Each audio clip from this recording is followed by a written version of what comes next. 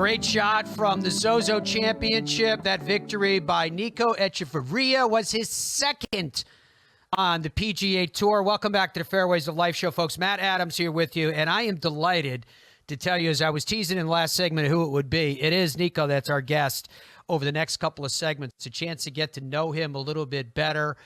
We ended up finding ourselves on a common path because of the little logo that you can see there on the shirt, the penguin. And Nico is certainly distinguished his path already as a multiple-time winner on the PGA Tour. In all fairness, he's won 6 times already. He pretty much has won at every single level that he has ever played the game. Delighted to welcome into the show. Nico, how are you? How's life going for you? Hey Matt, how's it going? Here in New Orleans, it's pouring outside, so not a lot of practice going on right now. So your life as a professional golfer started, from the research that I read, it looked like it was your grandfather and your dad that took you to the golf course when you were still a toddler? Yeah, it's very, very little. I was maybe 1 or 2 years old, and I already had a golf club in my hand. My mom was never a golfer, but she was probably the one who pushed me the most to go out and practice. But I took up the game because of my grandfather and my dad, who were my dad's still a pretty good golfer. He's probably a 9 or 10 handicap. And my grandfather, who passed away, he got to a 0 handicap and a lot of years ago, but he was a good golfer. And you have 2 older brothers, right? Andreas and Miguel. How much were you driven by being the younger brother of those 3? I just think it was easier for me.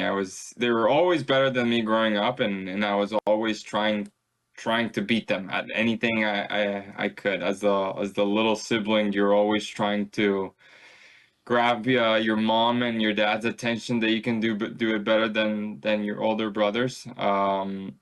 Andres, growing up, was a very, very good junior golfer. He ended up going to the University of Florida, and I wanted to be like him growing up. South American champion. He won it all growing up, and I think that helped me a lot. He showed me like the path to go, and it made it very easy for me to go to school in the U.S. and turn pro after.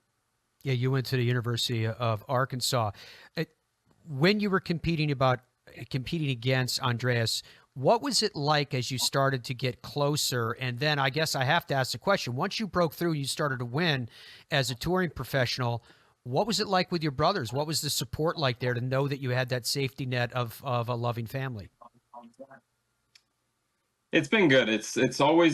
There's always been a lot of competition between us since we were little, but it's been good. There's been a lot of support, and he played.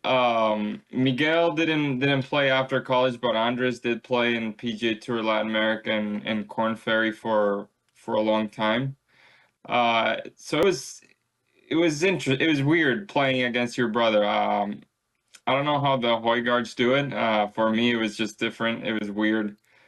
But he's been a lot of support for me. He's helped me a lot in my career with all that he lived in golf and all his experiences. He was able to show me the way in the pro golf life. We talk all the time about golf being a sport on a global basis. Coming from Colombia, what is the golf culture like there? And so how was it for you as a developing player, obviously a very good player at a young age? Golf is minimal. There's very few golf courses in my city. There's only four golf courses where I grew up in Medellin. But overall in Colombia, it's very small. The biggest city is Bogota for golf. And it's just all about soccer. Soccer is what you grow up wanting to play. Whatever all the kids play during lunch break in school. So it was weird being a golfer out of your school that no one else played golf was different. It's a very limited sport where where you basically have to have money to play it because there's a lot of country clubs, private clubs. There's not enough public golf. Hopefully we can change that, but yeah, golf is small, and we've been doing good things to make it grow, but it's still a long ways to go. What is it like for you when you go home? Do you think now, because of your success, that people have a better understanding of what golf is? And I have to ask you one question because I remember talking to Bernhard Langer about it going back to Germany. He said the people just didn't understand golf. They figure if you play, you basically can win every single week. What do you, when you go home, what's the reaction you get from people? Do they know? They're starting to know, but I think Camilo was the one who did a lot for Colombian golf. He put us on the map. He's been he's been one of the, he's been a great player. Obviously, what he went through, it was very tough with all his daughter, but coming back again and winning again for the fifth time, he's put us on the radar, and we've also been trying to make some noise to put Colombia as a golfing country, which is gonna be tough to be, but people are starting to get it. We've had good golfers. We've had a lot of college golfers playing right now, and hopefully we can keep the trend and have more guys on tour and in college. Are you involved in these efforts to expand the game? But from what you're alluding to, it sounds to me like you're also engaged. Yes, we started an AJGA event, first AJGA event in South America. Oh It's called boy. the Nico Open, and it's been amazing. The amount of kids that have played it, and you've starting to see only we've only had it twice. This year's gonna be the third time, but you can see how the players are developing. Our first year, Maria Jose Marin, who's top five or top seven in the world rankings, won it, and that was very big for the event, and we hope to keep attracting college coaches to see more of golfers in South America and Latin America, so these kids can have an opportunity to play college golf, which is our main goal with this event. That is awesome. Well done with that. I want to talk to you about your play as a touring professional, Nico. If you would, I'd rather ask you and have you describe it instead of me going down the pathway of stats. As a touring pro, how do you define yourself? Um, I'm a person that likes to enjoy life. If you see me, I'm gonna be probably laughing in the golf course, having a good time with my caddy, having a good time with my playing partners. It's this sport that we picked is too stressful to be mad or be serious, so you have to have a good time out there. Um, and I like to enjoy myself out there. That is awesome. Have you always had that mentality? Was there ever a time that you measured your self-worth by the score you shot that day? Yeah, let's say it didn't used to be like that. I used to get a lot more angrier in the golf course. I still sometimes do, but it's gotten to the point where having a good time is more important than anything else. My attitude the last few years has been a lot better, and I think that reflects on my scores too. So without trying or without focusing too hard on the results, just having a good time, they've my results have been better. Obviously, you had a very good time when you won for the first time in the PGA Tour. You earned your card for the 22-23 season, and then in early 23 calendar year, you break through with that first victory. What was that like for you? What were the emotions like when you won in Puerto Rico? It was incredible. I honestly didn't see myself doing winning on tour that quickly, um, especially because of the first few months weren't easy. Yeah, I made very few cuts. So it was a learning curve for me at the beginning, and having that victory was very important because it gave me more time to adapt and adjust to a new tour where things are very different than the Corn Ferry where I spent 4 years. So that victory was super important in my career, just because it gave me time to learn and adapt to a new environment. When you talked about learning, how much was that learning not simply about where you pick up the rental car or where you're going to stay or what restaurants you like or what golf course suits your game? How much was it learning about yourself? What revelations did you have about you as a competitor after that victory? It it's more in learning your tendencies and when the lows are low, how do you get out of them? And that's why it's not easy as a rookie on tour, where you have a bad stretch and you miss a few cuts, then you don't get into the next few events, and then you in the blink of an eye your season's over and you lost your card. So I learned a lot after winning, also because I was getting into events where I was the worst ranked player on the field. I missed a lot of cuts after the win in Puerto Rico, and that helped to to figure out what we had to do to make a leap in what needed to get better to be able to compete with the Rory McIlroys and the Scotty Schefflers. And so yeah, it helped me with giving myself time to to figure out what we needed to get better at. The 30-year-old from Colombia. He is a multiple time winner on the PGA Tour. You may have heard before we were going to break, I was talking about, in Nico, you phrased it as getting out of the lows of the lows. And I know a lot of that with you is about the people and the family that you have surrounded yourself with. Claudia D'Antonio, your girlfriend, has made a lot of news all by herself because her willingness to share on social media and the path that you guys are on. What's it like having someone with you to kind of share this whole experience with?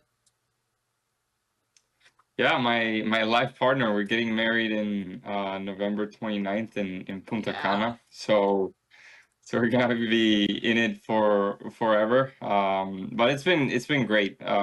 Having someone that knows and understands what you have to do in this game, the amount of practice that you have to do, the amount of traveling. Since she played very good golf growing up and in college, she graduated from LSU. She did her master's in Miami, all playing golf. So having her understand the amount of things that you have to do to be a professional golfer is super important for me, and having her on the road all the time is even better for me because it can get lonely out here. Well, you were at Arkansas. You said she was at LSU. If I may, how did you two meet? We met in representing our countries playing golf in the South American Championship. She's from Venezuela, so she was representing her country and I was representing Colombia. Beautiful. When you before the break, when you spoke about learning the things that you needed to do to compete against the likes of Rory McIlroy and Scotty Scheffler, and you heard me note the fact, well, when you won the Zozo, tied for second was Justin Thomas. But if I may, what did you work on? Where did you go to make yourself better battle hardened to compete against the best? Well, I started not only golf, but also I hired Eduardo Molinari to do my stats. Mm-hmm. He works with a lot of great players. I started working harder on the gym with my trainer Alex Bennett in Jacksonville. I changed sports psychologist because I needed to get a little better with my mental side. So I did a lot of changes that I felt like we needed in my team to make that push forward. Um, and a lot of sacrifice and a lot of hours practicing. But it was very important hiring Eduardo, just for me and my coach to focus on really what needed to get better.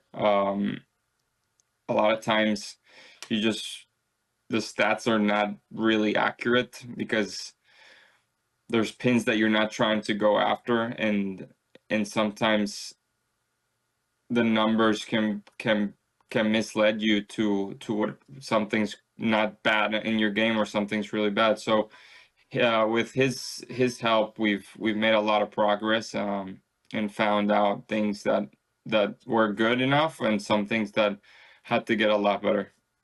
One of the things that is not just good enough, it's very, very good, is your putting. Currently, you're leading the PGA Tour in strokes gained putting. It's funny because when you think about the game today, to me, it almost seems like, you drive for dough and you putt for show. But in your case, multiple time winner, and you're doing it very much with the short game in addition to these other areas that you're working on.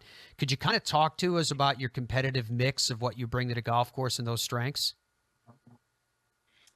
Yeah, definitely my putting has been very good the last, I would say, 8 to 9 months.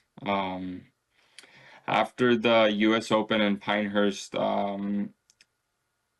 we decided that we needed to make a change of putters. I've putted with an Odyssey putter for a while now, and we wanted to keep Odyssey, but we needed to change the neck because it was giving me too much face rotation. So the guys at Odyssey helped me find a putter that would fit me better for my stroke and take a little bit of the rotation out. I putt with a claw, so having a lot of rotation with a claw is not ideal.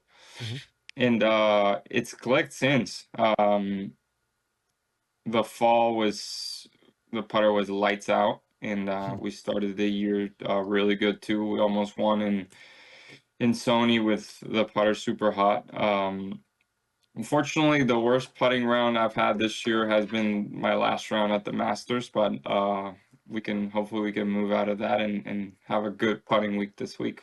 Well, you had a pretty good putting experience at the Masters in the par three. What was that experience like for you? Just the entirety of it, going to Augusta National the first time, winning the playoff of the par three contest over JJ, and then actually playing in the tournament proper.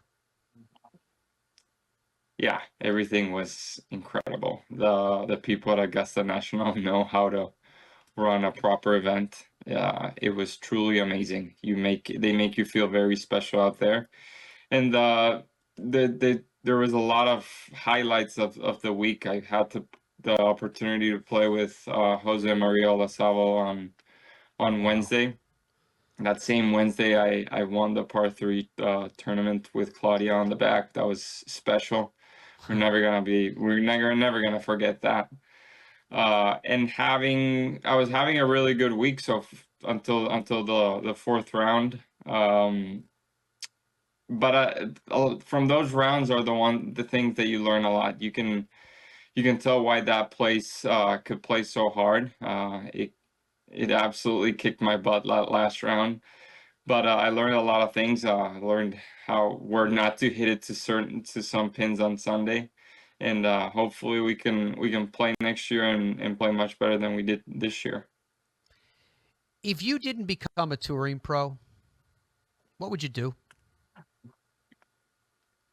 I've loved tennis growing up. I'm actually a pretty good tennis player, so I would have tried to play tennis. We Since we grew up very little, we played all sports, and tennis was a good one for me. So I would try to play tennis. How good were your older brothers at tennis, by the way? Growing up, they were better than me, so that they had the edge on me, and I've always since little I try to beat them, but I couldn't. So once we leveled up, I took an advantage over them.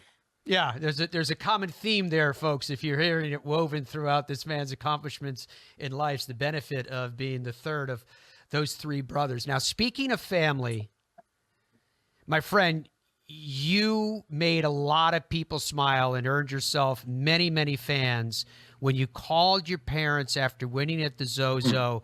Watch this, folks. This was from the PGA Tour and a tweet, or X, if you please, that they put out immediately following. Nico, estamos felices. Nico. Estamos a gusto. Ay, qué rico, llora bastante. Los quería llamar. Los quiero mucho. Después hablamos con calma. Sí. Con mis papás.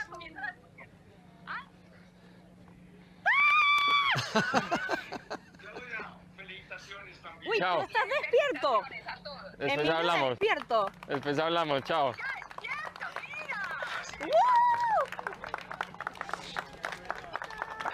That was so awesome, my friend. When you get a chance to kind of watch it back like that, relive the memories again. I loved your mom said we're going to Augusta, and your dad wanted to talk to you about the 3-wood. I mean, it was just awesome. Yeah, it was very late at night. I think it was 2 or 3 in the morning. And you can tell how much energy they had from that round, especially from that last 9 holes that we played. But yeah, it was a neat moment that I'm never gonna forget. They gave me an opportunity to call my parents for 2-3 minutes, and I was able to, and just pure emotion came out once I saw them, because of all those emotions that I felt on the back 9. You kind of have to hide them, and once you're able to see your loved ones, it just, you let it out. That is so very, very cool. If you book, podcast, Netflix series that you're binging on, what is it for you right now? We've actually watched a few shows. Last week was an off week for me.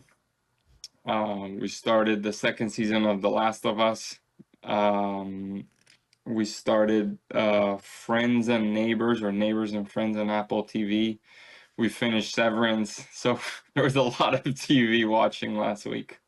Well, I mean, that goes to what you were talking about, right? That a lot of people don't realize when they look at a touring professional athlete, the assumption is that, you know, the streets are paved with gold, and you're talking about getting by. You're talking about having fun. You're talking about kind of getting yourself above the lows of the lows, to use your phrase. So how important is that in terms of having a place where you're, even if you're in a hotel like you probably are right now, as you said, it was raining outside, that you're able to find some kind of normalcy, if you please? There's just so much going on a golf round that you have to be able to, or you have to learn how to disconnect. And me and Claudia love watching shows. I think actually we're gonna go watch a movie since it hasn't stopped raining. So we're gonna go to the movie theaters once we can leave the hotel. So yeah, we like enjoying eating good out here, and just distracting ourselves. I think that's key. In just a second, I'm going to ask you about Penguin. I'm going to ask you about your sponsors. But before I get to that, Nico, as you know, once you have gotten to this stage, you become the CEO basically of your own company, Nico Inc., right? What do you want your brand to represent?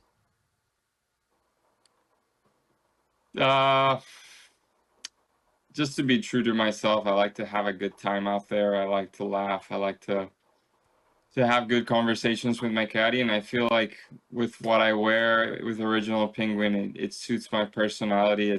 They're all about having fun, and with the new prints they're coming out, they're super cool, super fun, super enjoyable, especially with summer coming in. The new pants and shorts that they have are absolutely fire.